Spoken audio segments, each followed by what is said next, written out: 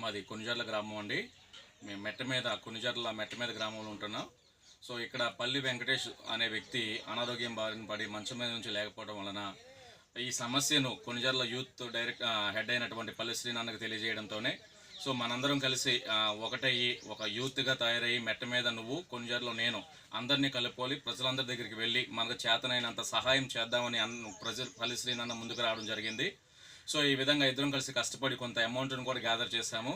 అది 1-2 రోజుల్లో ఇస్తాము. ముఖ్యంగా నిత్యావసర వస్తువులైనటువంటి ఈ 58 కేజీల రైస్ను మరియు నిత్యావసర వస్తువులను సరుకులను ఈ ఫ్యామిలీకి మేము ఈరోజు ప్రొవైడ్ చేయడం జరుగుతుంది. అదేవిధంగా మాలాగా మీరు కూడా ఎవరైనా ఇన్స్పైర్ అయ్యి ఈ ఆపదలో ఉన్నటువంటి ఈ కుటుంబానికి సహాయం చేయగలరని, దాతలు ముందుకు రాగలరని కోరుచున్నామండి. అదేవిధంగా చూసినట్లయితే ఈ రోజుకి ఒక 10,000 వరకు మేము డబ్బులను గ్యాదర్ చేసాము. ఇంకా అధిక మొత్తంలో వస్తే ఈ కుటుంబాన్ని ఆదుకున్న వాళ్ళం అవుతామని మీకు ధన్యవాదాలు తెలియజేస్తున్నాం సార్. Thank you.